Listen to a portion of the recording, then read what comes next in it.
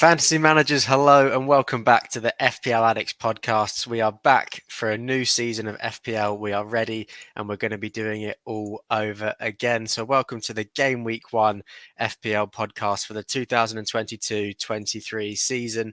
Today, it is obviously powered by Esports Live and sponsored by Bonus Bank. And I speak on behalf of everyone on the panel here when I say it is incredible and we're honoured to be back for another season. And a huge thank you to our sponsor, Bonus Bank, for supporting us and the community once again. Make sure you're checking out the details in the caption below on how you can take advantage of the bookies promotions.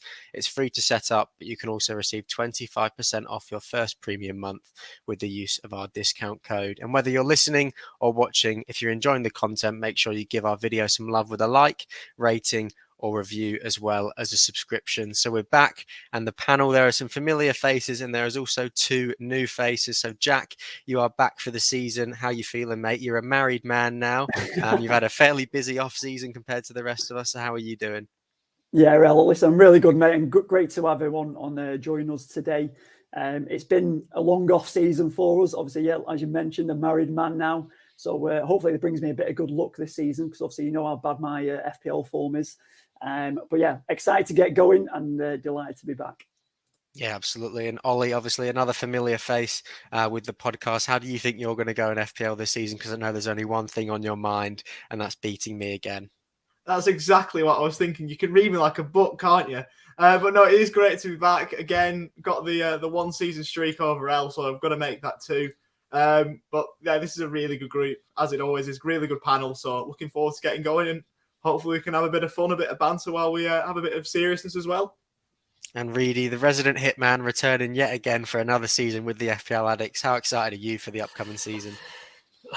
Thanks, El. I'm absolutely buzzing. Looking forward to it. It's so close now. Not only FPL, but just generally the Premier League starting again, and then the return of the banter between us lads. I mean, you know, I was above you boys last season, and I'm sure that'll be the same again this season. Don't you worry about that. As for the new boys, I'll have to sort of show them the ropes. But yeah, I love being back. It's great to get going again.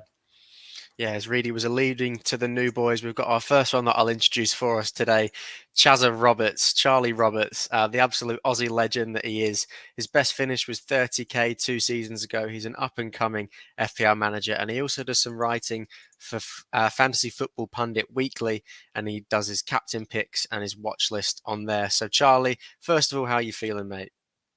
Firstly, I just want to say a big thank you to everyone, and it's awesome to be on board. Pleasure to meet up the Spanish Mike, the Reverend man himself, and the usual regulars themselves, the four, especially OWP. Geez, Ollie Walker-Peters. I somehow meet up with him at a footy game every now and then. But looking forward to this coming season. Yeah, adds a little bit of spice to the podcast and definitely got some insight. So what do you think you're going to bring to the podcast, you know, to our listeners and our community, Charlie? Well, look, just like every bloody workplace I work to, hopefully bring some personality and just a bit of humour, some talk a bit of sense as well. I'm exceptionally good at providing some banter, and also exceptionally good at performing really inconsistently on a consistent basis. So that's what you're going to get from me. And definitely, look, some captain recommendations. But if I have to say it as it is, you're going to get that on various platforms too. But I enjoy writing about them. I enjoy going through the stats. He absolutely does, and I think we're going to get a lot of humour from you as well, mate. That was one thing that you left out there, but obviously it's a pleasure to have you on the podcast, and we can't wait to get going with you this season. Our second debutant today is the FPL Reverend Mikey. So he got a top 20k finish last season. As Charlie said, he is chilling out in Spain at the minute, but he's an English boy. He's obviously on holiday at the minute. He's a Reverend by day and an FPL manager by night, and he's also an Evertonian. So I don't quite know how we've got an Everton fan on the podcast. Still not too happy about that one. But if it's going to be any Everton fan, it's going to be the FPL Reverend. So, you know, how are you doing, mate? You enjoying your holiday so far? Oh, cheers, Al. Yeah, it's been a nice holiday so far. Spent a nice bit of time relaxing by the pool with the kids and the wife. So, yeah, it's been awesome. And thanks for getting me on the pod, guys. It was a pleasure to meet Chris Reidy at our Fantasy Football Fest last year. We just hit it off, got talking, and we were both actually stood next to each other, and we both kind of turned around because we both just heard the Scouse accent. And so we just went, oh, hey lads. Love at first sight. Yeah, exactly. And so yeah, it was great. Hopefully I can. I just like having fun. I love FPL. I love talking about it. I love using data as well to inform my decisions. So hopefully I can bring a bit of that to the pod as I look forward to smashing you all by about 200 odd points. Yeah.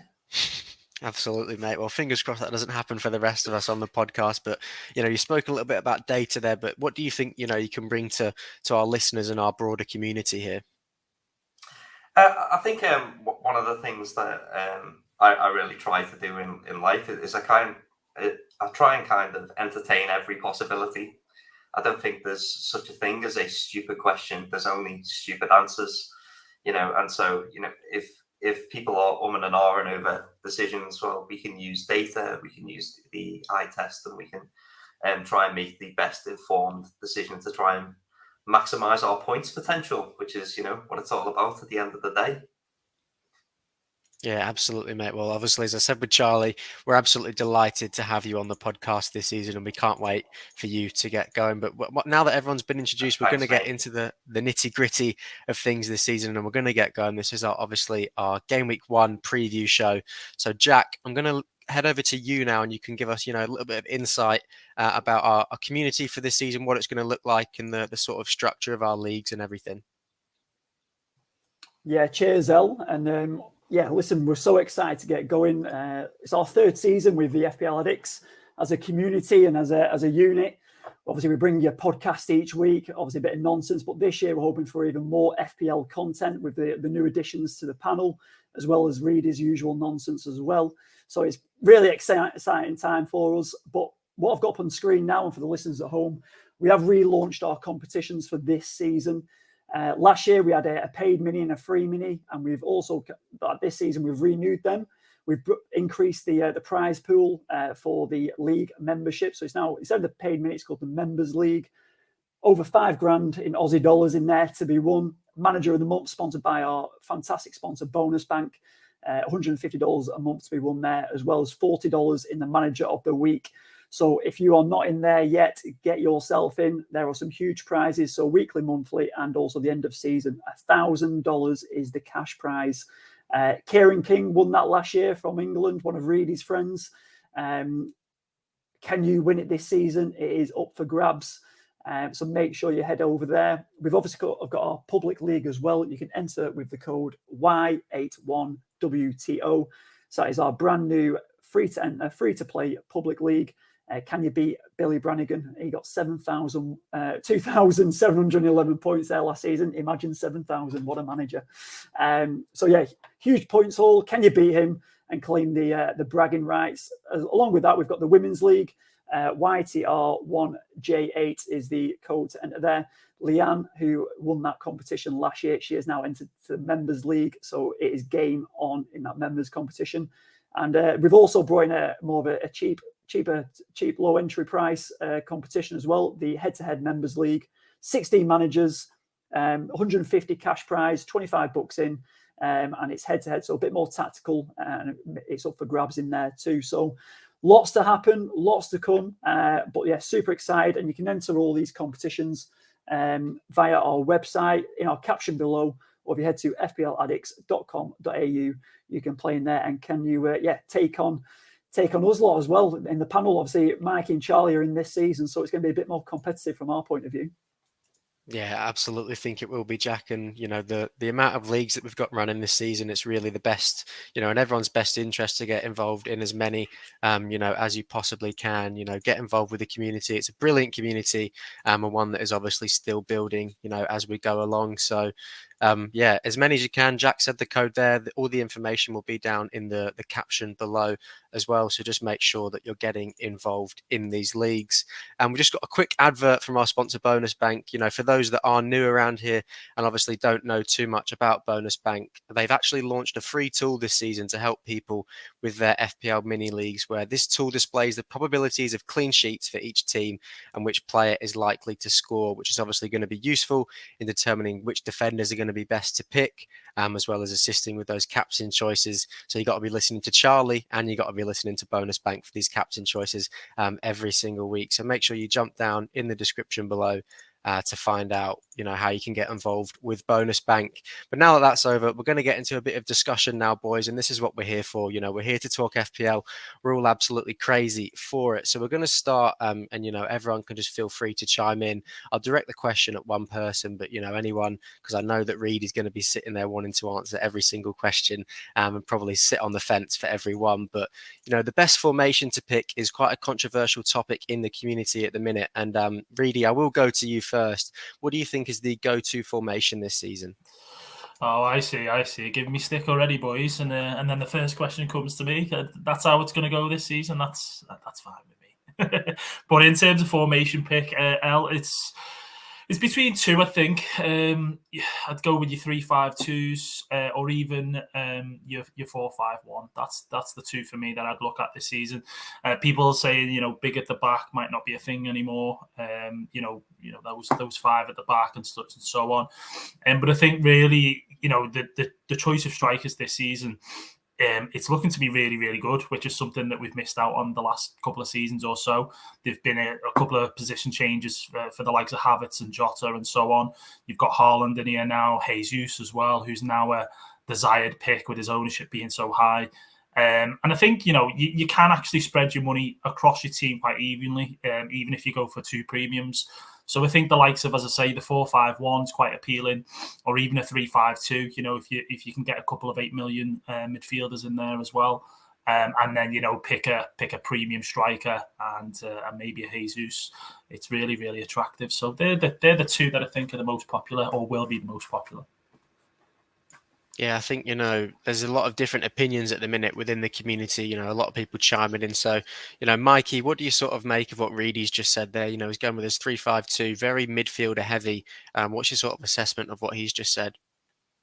Yeah, I think it's probably going to be really important to assess where Chelsea are at before we can talk too much about whether big or at the back or not. Big at the back is dead or not. I do think at the moment I'm personally on 3 defenders myself. I think if we can all cast our minds back to last season and how amazing it was to have players like Simicas and Livramento coming in at 4.0, allowing us to spread the funds around our teams. And this season we've got Nico Williams, and we've also got Patterson from Everton coming on in, and they've got and they've both got 4.0 million price tags. So we can have 2 4.0 million defenders on our bench and maximize the amount of funds that we are pumping into our start 11, and maximizing our points potential there. Yeah, I think that's a really good point that you make, and one that a lot of people might not have considered so far, because I've seen a lot of people going heavy at the back, myself included. When we get onto our drafts just later, we will obviously reveal what the current state of our FPL teams look like just shortly, and obviously they will be subject to change. As we all know, in pre-season, things change quite quickly with FPL. So we'll obviously get onto that. But I think, Reidy and Mikey, that's some very good insight from you both there, both sort of in agreement that big at the back is sort of dead for this season to you two. So, thank you very much for your input there. But the goalkeepers is another thing where there's been a lot of controversy about it. They obviously had a drop in their prices since the start of the season. So, you can either go with a budget goalkeeper or you can go with a premium goalkeeper. Charlie, I'm going to send this one over to you. Which of you, those are you preferring for this season? A budget keeper, or are you going to stick with a premium and just sort of set and forget for the season, do you think? For the record, I have wrote a couple notes on this. As it stands, I've gone for David Raya from Brentford. I'm not sure how much of a miss and his influence in terms of save points and clean sheets with the absence of Christian Eriksen going to Manchester United, but he's coming off a lengthy injury layoff. I think he provides good value down back. That's who I've gone for at the moment, but we've also noticed with some keepers from the premium side, such as Chelsea, with Mendy had a It's an attractive 5.0 price tag, and Edison at 5.5 with an unreal run in the first 9 to 10 game weeks of the season. I feel for now it's going the most budgeted possible because I see managers wanting to spend as much as possible on the other 10 players part of their side and as well as their bench. So, and that seems to be the case when you start every season. I'd probably say a ratio of 1 in every 4 or 5 managers would start with a premium keeper. Yeah, so I think that's a very fair point that you make. There are a lot of good budget goalkeepers this season. You've gone with Raya at the minute. So is he probably your favoured 4.5 million goalkeeper? Can you think of any off the top of your head that you're thinking could, be in contention for making it into your side? Potentially Robert Sanchez from Brighton to start the season with me for in the back-to-back 2 seasons in a row as another contender as well. I thought he performed really well at Brighton too last season. Yeah, he was in a lot of people's teams at the start of the season. I remember it was pretty template to have, Sanchez in your team. So I think they're 2 very good shouts for 4.5 million goalkeepers that you've gone with. And thank you for your input, Charlie. Ollie, I'm going to send this one over to you, and we're going to, move up the pitch a little bit here. And we're going to go to 4.5 million defenders. Mikey's already spoken about the 4 million defenders in Everton's Patterson and Forest's Nico Williams. But, in terms of 4.5 million defenders, are there any that sort of pop to mind for you? In terms that you're going to be selecting for your team, or you think other people, if they're needing budget at the back, can go with? I've not got any in my team, El. I've actually danced around it, so I've got a couple of 4 million defenders, and then I've gone pretty big at the back.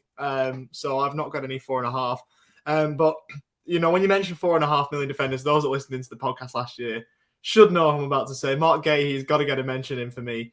Gutted that he didn't come over to Australia in pre-season. Absolutely gutted. That was a thing that I was most looking forward to, seeing seeing him play, but not quite. I like Joachim Andersen as well from Crystal Palace. Depends how Arsenal go as well. Arsenal got a couple of good options with Ben White and Tomiyasu. Our guest that we got on later on, who is pretty much a bombshell guest, one brilliant person, brilliant manager, spoke about the Arsenal thing at right back with Tomiyasu and Ben White both at 4.5. So whichever gets the nod, I think will be a good option. Outside of that, I think it's pretty slim pickings, to be honest. 4.5. I think it's better value with the likes of Nathan Patterson. You've got Williams as well from Forest, who's obviously gone from Liverpool. So I think 4 million. There's a lot of good value there at the back, and even you've got like Tanganga, who might potentially get a look in if there's an injury. So there's certainly some value in defence, which is why I've fluctuated from 5 at the back, even at one point earlier this pre-season. Not there now, but there's certainly some value in defence. Yeah, I definitely think that defenders are, going to be key to ensuring that you do fairly well this season. And obviously, a big topic of the defenders at the minute is Chelsea. Mikey, you touched on it before, so I'll go back to you again for this one. We're not too sure about Chelsea at the minute. Are they going to be playing a 5 at the back? Have they lost all their defensive, their robustness at the back? They conceded 4 to Arsenal in pre-season in just one of their games. So do you think that, Chelsea assets, we should be maybe targeting higher up the pitch and not really going for the defenders? Or, are you just not going to be looking at Chelsea assets at all, do you think? Yeah, so obviously last season, we know that the explosiveness of James and Chilwell was just too hard to ignore last season. The difference is they've got no Rudiger anymore, and we're just going to wonder, are the new defensive assets who are trying to settle into that Chelsea back 3, are they going to be as solid? Hopefully they are, for Chelsea's sake. I think they're also looking to sign Koundé, but I think Chelsea are having a bit of a mare this window, to be honest. I'm not sure if they're going to be the defensive outlet that we thought they were with Chilwell. Alonso is still at the club. He's a minutes risk. I don't think people are really realising that Marcus Alonso is still there. And also Reece James, whilst Chelsea are struggling with their centre-back options, we know that Reece James can play as a centre-back as well. And therefore, he's not going to be flying high up the pitch as we would like him to for our FPL teams. Yeah, it's a very good point that you make. No one's too sure how Chelsea are going to be going this season, and we're just going to have to sit tight and just watch and wait and see. I think a lot of people are quite hesitant to be getting in the defenders for Chelsea, but it's interesting because Mendy is selected by a lot of teams at that 5 million price point, but not too many people wanting to go with the defenders maybe, but they're still happy to go with the goalkeeper. So it does interest me. Obviously, he will get save points, but the defenders can obviously get more attacking returns, more likely to get attacking returns, I should say, because you could never rule Edouard Mendy out of getting a goal or an assist for himself. But yeah, the defenders at Chelsea are very interesting, but there's not really been too much talk about Mason Mount, Kai Havertz, obviously Romelu Lukaku's left. Those sorts of players. So I think still stick with the defenders or the goalkeeper if you can, but obviously we're just going to have to wait and see with that one. On a completely opposite note, Erling Haaland, what a signing to the Premier League he's going to be. Everyone cannot wait to see how he's going to perform under Pep Guardiola. Everyone's just waiting for game week 1 for the net to bulge 20 seconds into his debut for him to grab a goal. I think he's selected by so many teams. 11.5 million. Jack, I'm going to go to you for this one. He's obviously priced the same as Harry Kane. So, how are you sort of going to assess this? Do you think you should be going with Haaland or Kane? Or, if you can, are we going to be able to fit both into our sides? Well, listen, El, for me, we'll see my draft very shortly. I've gone both. So I'm going to show my draft later on. Both players have been selected, which means I'm sacrificing elsewhere in the pitch. Obviously, the likes of Haaland in the last, he's absolutely dominated the German league, and he's dominated, the Champions League as well. He's an absolute goal-scoring machine. I think we're going to see the return of, obviously, Harry Kane big this season. I think he's ready to fire. He isn't distracted by anything from obviously what happened last season with City. They've got their man in Haaland now, and Harry Kane can come into this full season ready and raring to go. So yeah, listen, I've gone for both. It may come as a surprise, but I feel pretty comfortable with my team. So Kane, Haaland starting up top, 2 number 9s. So that's going to be one way to do it. But listen, I think if you're going to be sacrificing elsewhere, you've got to make sure it's a balanced team, and you've got starters who are going to be firing as well as a bench to back it up. So that's still obviously something on my mind for me, but we'll see how we go. But it is possible. Wow, if that doesn't make you excited to see Jack's draft team in just a couple of minutes, then I don't really know what will. But thank you for your insight there, Jack, on the Kane Haaland debate. It's probably the biggest debate in the community at the minute. Is are you going to be going with Harry Kane or Erling Haaland? And they're obviously to 11.5 million, but there's a lot of 6.5 million assets this season, and that's what I want to sort of focus on now. And Reidy, I'm going to go to you. There's a lot of players all throughout the pitch. Midfielders and attackers especially will focus on here because you're going to get a lot of bang for your buck for 6.5 million defenders. But I know you're a huge fan of Leon Bailey. Well, not a huge fan, but you've touched on him. You've been talking about him a little bit. But in terms of the attackers and the midfielders for 6.5 and below, who are your sort of top picks for this season, do you think? There's obviously selection that you can kind of go through with people wanting these premium players and these sort of 8 million midfielders. You do have to find some value. Leon Bailey, as you mentioned there, is kind of one of those. But you've got Marcus Rashford, who's come in at 6.5 this season, who people would say is really, really cheap.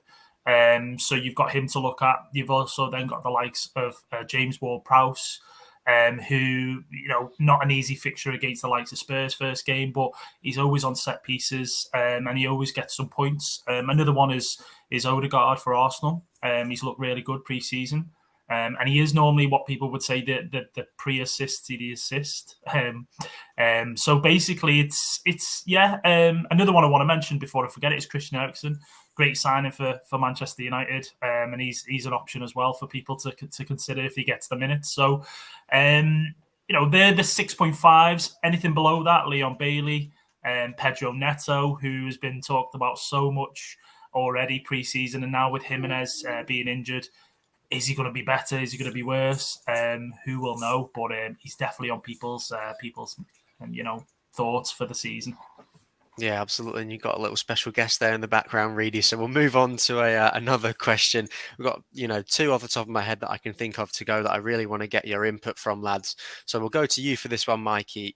Spurs, such a a special team this season that a lot of people are considering a lot of assets from. Can you survive without the Spurs attackers, Harry Kane and Son? If you're going to be going with Haaland, it's unlikely that a lot of people have gone with Son this season as well because of the price of all these midfielders and these attackers. So, do you really think that you can get by without one of Kane or Son? The more I think about it, it's like trying to pick between the lesser of two evils most of the time, isn't it? Because I was dead set coming into this season before the price reveals. I can't be hurt by Son again. I have to have him in my team. And then he comes in at 12 mil, and there's Erling Haaland, a generational talent there at 11.5 mil. And I'm like, maybe I can go without Son. I don't know. And so, not having Spurs attackers, I think the other side of the argument to say, I think you can survive without Spurs attackers, because I think that the fixtures from both Liverpool and Man City are just too good to ignore. Right now, I think they've both got incredible fixtures, and we've got some amazing enablers from Arsenal to kind of, put those premium Liverpool and City assets into our team and supplement them with Arsenal, who have great enablers for us and also great fixtures. I think I'm going to personally consider putting Spurs in my team when their fixtures get a bit better. I'm not sure I rate their fixtures that highly at the moment. So yeah, I think you can survive without Spurs attackers. But I do think I'll be watching every Spurs game from behind the pillow. Well, that's a very interesting input that you put in there, Mikey. Son, obviously such a good player for Spurs, so important to how well they do. As you said, just burnt by the prices this season, too many expensive players. So it is always going to be tricky. I'm going to give the last one to you here, Charlie, and it's a very good question. It's a team we haven't really focused on too much so far. From a Man City perspective, who are the best 3 players you could triple up on from Man City, do you think? I had a feeling you were going to ask me this, Elliot, because I came myself prepared with just a little note on that one. So my best triple up, I feel, and the main reason behind this is to avoid the pep roulette and just getting bulldozed every game week, especially during the festive period. Number 1, Cancelo. The second one is actually going to be Edison, surprisingly. I just feel he's so nailed on, and he's just bang for buck from a goalkeeper perspective. And the third one, look, debatable to say the least. It's going to be Kevin De Bruyne. He's just an incredible assist and goal machine. And we saw it time and time again on many occasions last season. And he's done it season after season too. So he's a proven player in English top 5 football. He certainly is, and there hasn't been too much talk about Kevin De Bruyne, but thank you all for your input there, boys, and we hope all the listeners who are listening along, obviously let us know your thoughts on any of the questions that we have asked in the comments, and we would do our best to reply to as many as we possibly can, and obviously get yourself talking. That's what we love the community for. We love hearing all these different opinions. And getting the input from all these different avenues, because we understand that sometimes we can all talk nonsense, obviously Reidy especially and Ollie especially, but there is a lot of nonsense that does come out of our mouths. But the moment that we've all been waiting for, and the moment that I've been waiting for, boys, is to see all your draft teams. So I think we're going to go with you first, Reidy. So whenever you're ready, I think we're going to bring up your draft team. And just for the people that might be listening along, you're going to need to just reel off, the sort of players that you've gone with and explain your choices as quickly as you can, because we know you can ramble on for as long as you want and you could talk all day about your team and why you've selected them. But we've got 5 other teams that we do need to show today, so try and keep it as short as possible, mate.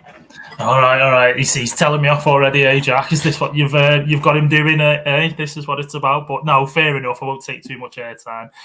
So in goal, Roberto or Robert Sanchez for Brighton. I think Chaza alluded to him earlier, between him and Raya for the 4.5s, have chose him. I think even though they've got United first fixture, I think Brighton are fairly solid. People are saying they've lost the likes of, Dan Burn, Basuma, and potentially Cucurella, but I don't think they'll suffer too much from that. So I've gone for him, cheap asset. James, Trent and Cancelo at the back. Not much else needs to be said apart from, are Chelsea going to be as solid as Mikey mentioned before? Are James and Chilwell going to be there, being able to provide assists and attack and get up and down the flank? I think so, and I think that first fixture against Everton will show us that. So I've gone for those three at the back. Midfield, it's Mo Salah for me. First fixture against Fulham, newly promoted. Liverpool, first game of the season, always normally do well. So I think he'll grab a couple of goals and maybe even an assist. He's on penalties, as we said as well, or as we know. Then I've gone for Pedro Neto, Maddison and Bailey. So 2 enablers, 5.5 in Neto. He is sort of on the high end of ownership. So, yeah, you could say it's a template pick. But in that, I've also then got Maddison, who maybe is not as highly owned. I do like Leicester's first fixture against Brentford. I know Leicester haven't got maybe the easiest of runs, but I think that home fixture for Leicester should be a good one, especially with the likes of Brentford, and maybe not being as solid at the back and having sort of Eriksen not providing the assist for Tony, and in Mbeumo, who likes to hit the post probably every game. So yeah, Bailey at the moment he is a question because will he start for Villa? I don't know, but I've kept him in for now. And I've gone for Jack Grealish at 7 mil for City. I think the question is who's going to play in that City midfield? Who do you pick? Is it De Bruyne? Obviously he's 12 million. You've then got Bernardo, Mahrez, Grealish. All these sort of players that are a similar price. And I do like the appeal of Grealish being 7 million. You can slot into your team if you are going to pick some of the premium players and, higher price defenders. So, yeah, that's my midfield.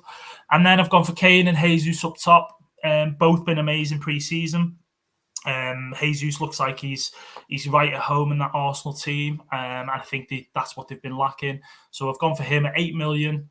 He's high ownership, of course, but he's so hard to ignore. That enables you to then be able to fit in someone like Kane at 11.5 million, who I think will hit the ground running, to be honest with you. That first fixture for Spurs, Southampton, him, Son, Kulusevski, I think it's, I think he's going to bang. So, yeah, that's me. First 11. Obviously, I've got some cheap enablers on the bench, 4.5, 4 million in Nico and Patterson.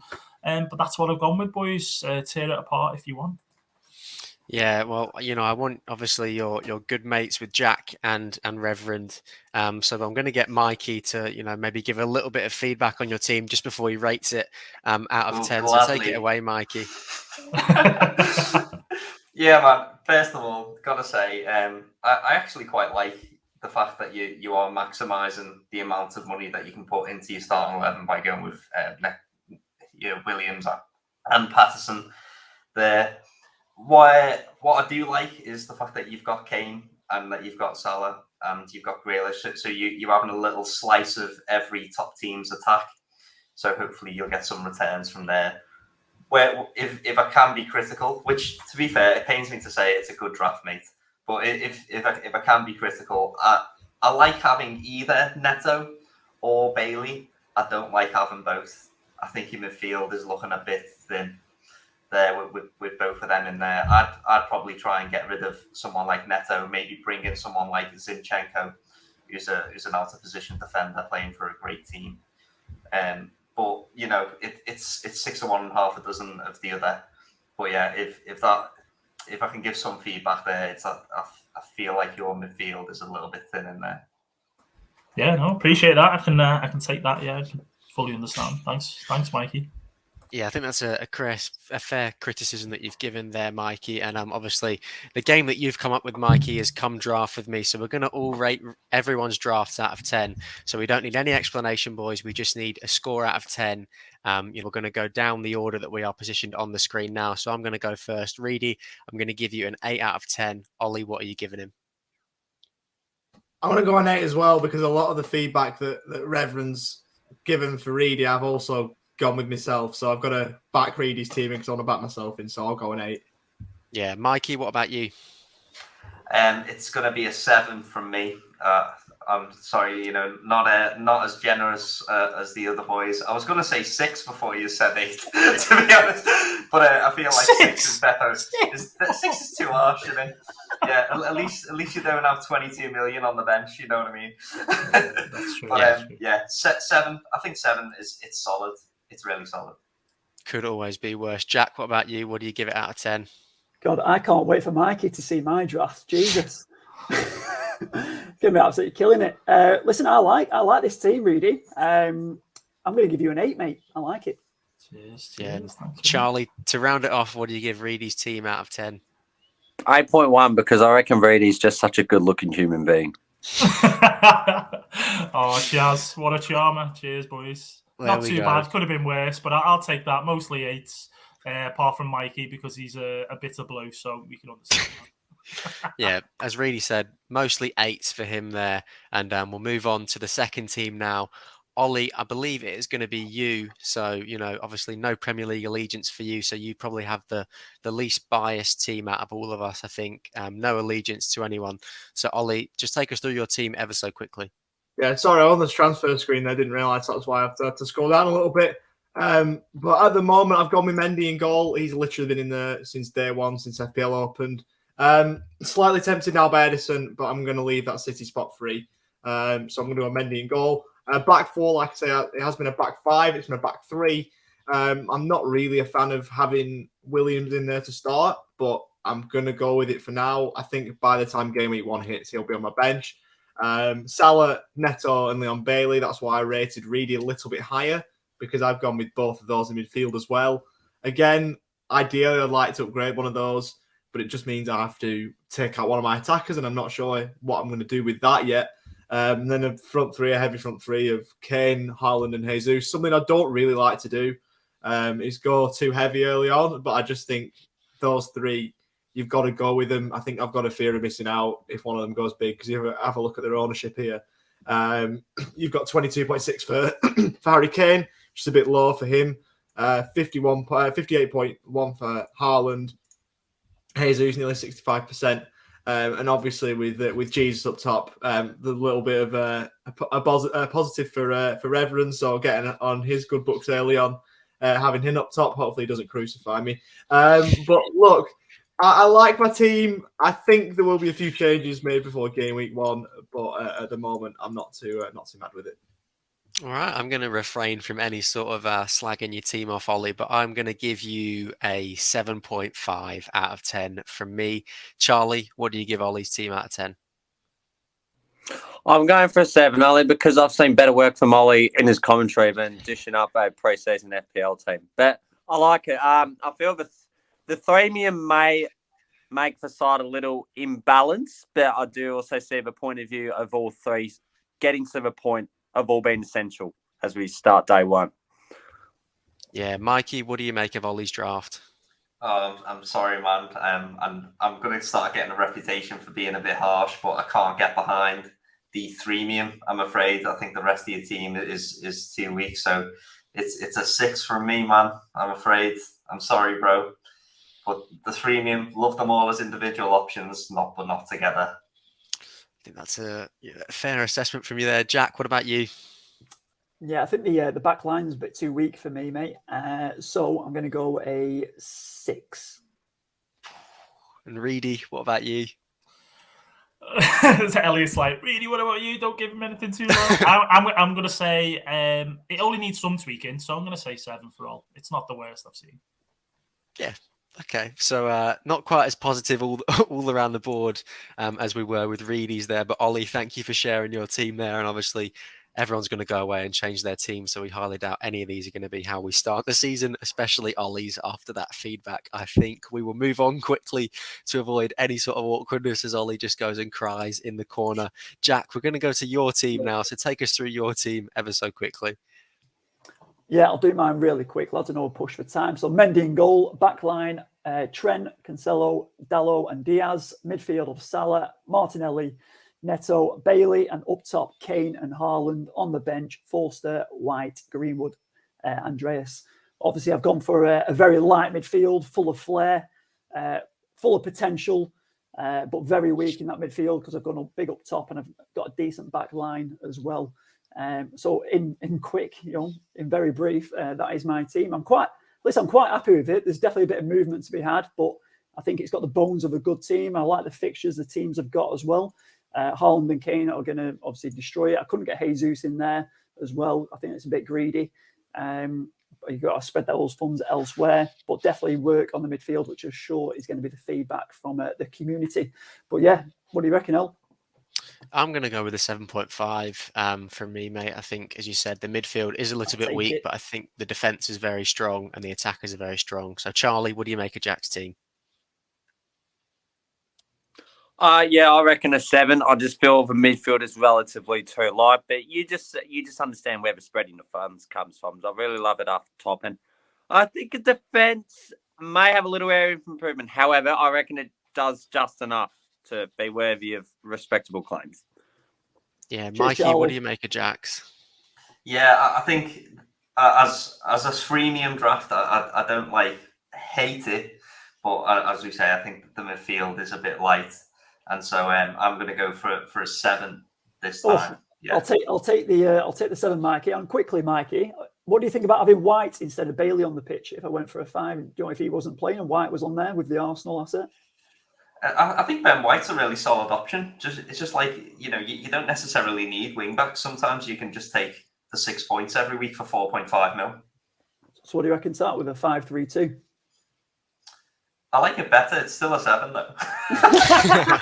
Not 7.1. Brilliant response from you there, Mikey. Ollie, what do you make of Jack's team? The late switch to Ben White has pushed this up to a 6.6 rather than a 6.5. So you'll take the extra point. I think the chocolate teapot is going to be more solid than the United at the back. So I don't know what you're thinking with Diogo Dalot.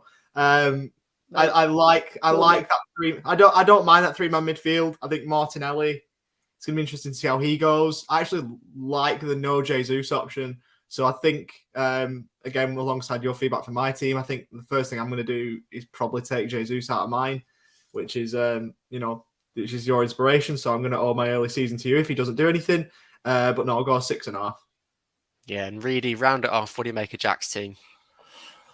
Solid team with the City assets and, Liverpool players in there. He's got Salah. Some people go in Salah, no Salah. That's the big debate. But, threemium, as Mikey said there, maybe just could put some more into the rest of his team. So I'm going to give it a 7.5, 7.5. I think it's decent. Fair rating from you there, Reedy, I think. And we'll move on to, our first of the 2 debutantes on the podcast today. We're going to go with you, Mikey. So take us through your team ever so quickly. Yeah, I think most of this team really speaks for itself. I think we've got Zinchenko, who's going to be an out-of-position defender.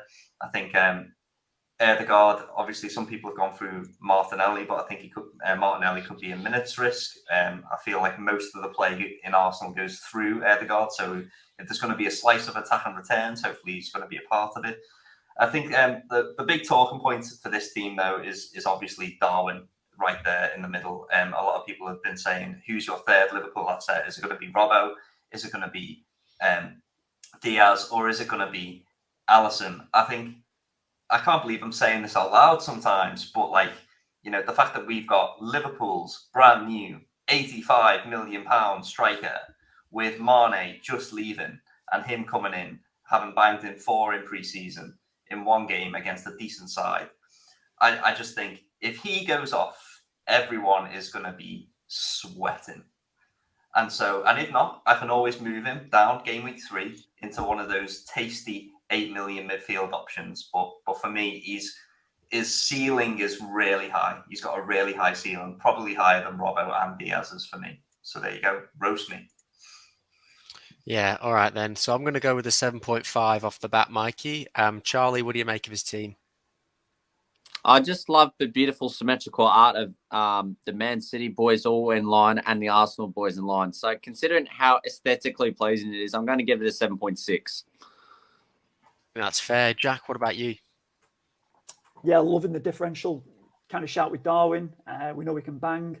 And I reckon the team, apart from Odegaard and Raya, I reckon it's a 7.9. I think that's pretty fair. Ollie, what about you? Yeah, I'll take that, boys. Yeah, thanks. I'm gonna go an 8. I'm not sure about Darwin Núñez, but I think that team is very solid and very balanced. Yeah, and Reedy, what do you make of it?